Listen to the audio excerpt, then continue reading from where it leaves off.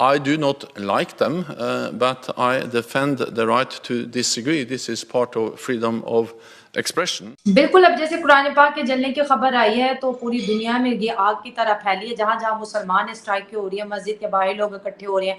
Objectionable are not necessarily illegal in a sovereign legal system.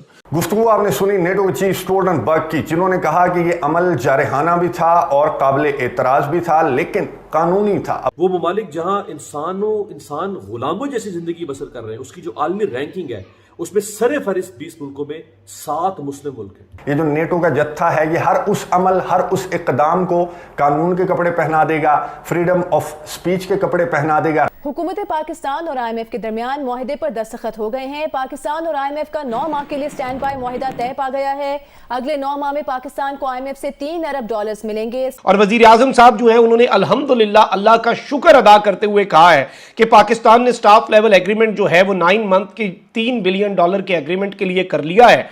और इसमें ये अल्लाह का इतना ज्यादा शुक्र अदा कर रहे हैं कि कर्ज मिल गया। ये हमारी हालत है। सच तो यह है कि पहले दिन से ही हमने कर्ज पे ही गुजारा किया। कायद आज़म के ज़माने से लेके आज तक कभी हम इंडिपेंडेंट और ऑटोनोमस नहीं हुए। मुआशी तौर पर हमने फ़ौज भी खड़ी की है अमेरिका से पैसे लेके, हमने मुख्तलिफ जंगों में हिस्सा लिया पैसे लेने के लिए। अगर पाकिस्तान शोएब चौधरी है तो 100% इंडिया चाहते कि ये हमारी इनके साथ दोस्ती हो, लेकिन अगर पाकिस्तानी हाफिज सईद है तो एक भी नहीं चाहेगा।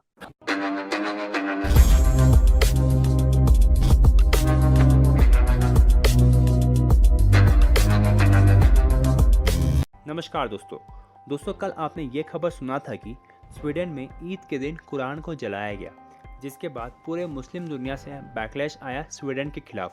और दोस्तों, तुर्की ने भी इसका प्रोटेस्ट किया। और ये सब जो कुरान को जलाया जा रहा है वो भी तुर्की की वजह से ही जलाया जा रहा है, क्योंकि तुर्की ने ही स्वीडन को नेटो की मेंबरशिप से ब्लॉक करके रखा हुआ है। और दोस्तों, इन सब चीज़ों के बीच में नेटो के चीफ ने इस कुरान के मैटर में अपना स्टेटमेंट दिया।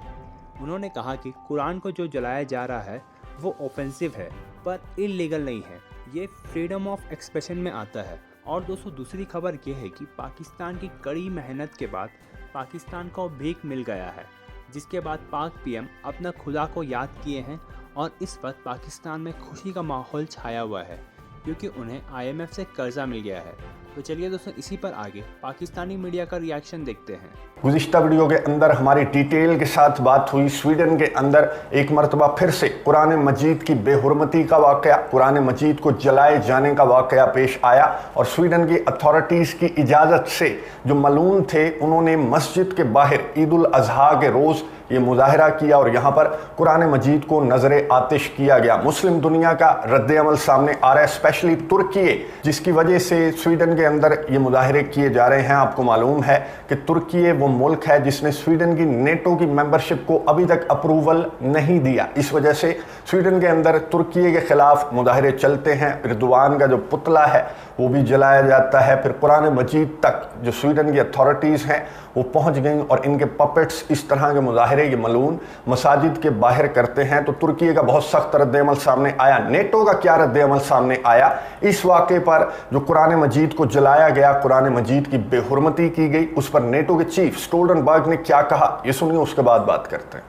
And separately, there was another Quran burning in Sweden yesterday. Are you concerned that will make it complicated or even impossible for Sweden to become a full member by Vilnius? Thank you very much. So first, on the last question on the burning of the Quran, I understand the emotion and the depth of feeling this causes, and actions taken that are offensive and objectionable are not necessarily illegal in a sovereign legal system. गुफ्तगू आपने सुनी NATO के chief Stoltenberg की, जिन्होंने कहा कि ये अमल जारहाना भी था और काबिल एतराज भी था, लेकिन कानूनी था। अब आप मुझे ये बता दें कि दुनिया के किसी कोने में ऐसा कोई अमल, ऐसा कोई इकदाम जो कि जारहाना भी हो, काबिल एतराज़ हो, करोड़ों के लिए काबिल एतराज़ भी हो, और आप उसे कानून के कपड़े भी पहना दें, ये ब्लॉक कर सकता है। ये जो वेस्टर्न कंट्रीज़ हैं, ये जो नेटो का जत्था है, ये हर उस अमल, हर उस इकदाम को कानून के कपड़े पहना देगा, फ्रीडम ऑफ स्पीच के कपड़े पहना देगा, राइट टू सेल्फ डिफेंस के कपड़े पहना देगा। जो अमल, जो इकदाम और जो मुल्क इनके फ़ायदे में हो, ये उसे हर तरह के कपड़े पहना देते हैं। आपको मालूम है कि स्वीडन की नेटो की मेंबरशिप इस ब्लॉक के इस वक्त फ़ायदे में है। स्वीडन जैसा स्ट्रॉन्ग कंट्री अगर नेटो का मेंबर बन गया तो जो जंग ये हार रहे हैं रशिया से, जत्थे का जत्था जो जंग रशिया से हार रहा है, तो इन्हें स्वीडन का सहारा मिल जाएगा, स्वीडन की नेवी का सहारा मिल जाएगा। स्वीडन की एक स्ट्रॉन्ग नेवी है, तो उसके लिए नेटो के चीफ स्टोल्टनबर्ग हों, व्हाइट हाउस के तर्जमान हों या फिर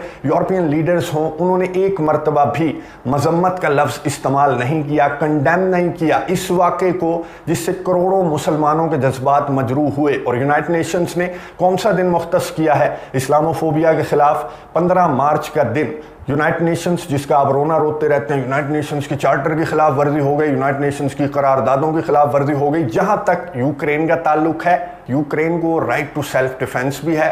लेकिन यहाँ पर ये है ना कि जितने भी इस्लामिक वर्ल्ड है, इवन तो सऊदी अरेबिया की भी बात करें तो सम केसेस में वो बहुत ज्यादा एग्रेसिव हो जाता है। एक मुसलमान की सोच ये है कि भाई मेरे मजहब के साथ किसी को भी छेड़छाड़ करने की इजाजत नहीं है, और जो करेगा एक ही नारा लगता है, सरतन से जुदा, गुस्ताखे रसूल की एक सजा सरतन से जुदा। और फ्रांस के साथ भी फिर यही हुआ, पाकिस्तान में उसकी एम्बेसी भी बंद कर दी, और खबर ये भी है कि स्वीडन की भी बंद है। लेकिन भारत में 27 करोड़ मुसलमान हैं, और जैसे अमेरिका ने भी ये बात उठाई थी कि भाई आप तो मुसलमानों के जो राइट्स हैं उनको नहीं दे रहे, आप उन पे जुल्म कर रहे हो, और ये खबर उड़ती हम तक आई है। मोदी जी से ये मीडिया में सवाल पूछा गया है, लेकिन हमने ये देखा है कि भारत में कुरान पाक या फिर प्रॉफिट सल्लल्लाहु अलैहि वसल्लम को लेके कभी कोई ब्लास्फेमी की गई है? वहां के मुसलमान इस खबर पे कैसे रिएक्ट करेंगे? इसके साथ साथ एक और सवाल भी है, ईद उल अजहा भी है, तो मैं भारत के अंदर इतना सब्र कैसे है, क्योंकि 75% तो हिंदू हैं, तो हिंदू इतनी एक्सेप्टेंस कैसे देते इस्लाम को, और वो कभी ब्लास्फेमी की तरफ नहीं जाते? मेजोरिटी की मैं बात कर रही हूँ भाई। तो अब इसका उल्टा क्वेश्चन बताइए, मुसलमानों में इतना सब्र क्यों नहीं है?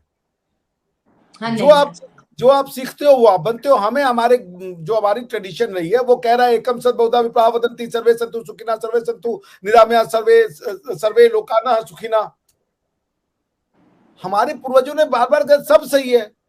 भाई ये लड़ाई रिलीजन की नहीं, ये लड़ाई है कौन सही कौन गलत है। हमारे पूर्वजों ने सिखाया सब सही है, आपको आपके पूर्वजों ने सिखाया सब गलत है, आप सही है। बात तो बस इसकी है।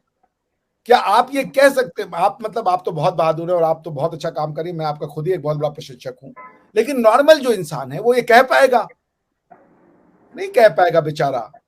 उसको सिखाया गया है कि सब गलत है, और ये देखिए ये जो कहता है कि सब सही है वो वही बर्दाश्त कर सकता है कि जो कह रहा है सब गलत है। ये सोचिए कितनी बड़ी फिलॉसफी है कि हम कह रहे हैं सब सही है, और इसी के नाम पे एक आदमी आके कह रहा है सब गलत है मेरे अलावा।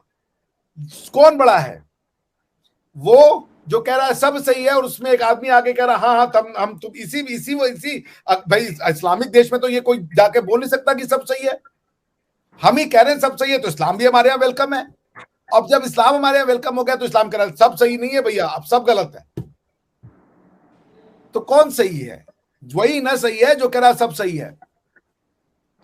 सब इसी को आप नॉर्मल भाषा में टॉलरेंस कहती हैं। हमारी भाषा में हमको जरूरत ही नहीं पड़ी टॉलरेंस की, हमारे माँ बाप ने सिखाया। हम 5 वक्त का नमाज अजान सुनते हैं, उसमें होता है ला इलाहा इल्लल्लाह मुहम्मदुर रसूलुल्लाह। इसका मतलब है सारे अल्लाह के अलावा कोई इबादत के लायक नहीं है, और हम उसी को सुनने के बाद घंटी बजा रहे होते हैं भगवान नाम के प्रभु की। ये है, इसको लोग करेंगे सोसाइटी टॉलरेंट नहीं है। जिस दिन आपके यहाँ पे अजान हो, अजान के बाद उसी जगह पे माइक्रोफोन लगा करके और घंटी से और पूरा हनुमान चालीसा पाकिस्तान में सुनाई दे या सऊदी अरेबिया में सुनाई दे, उस दिन हमें कोई शिक्षा दे भाई, उसके पहले नहीं।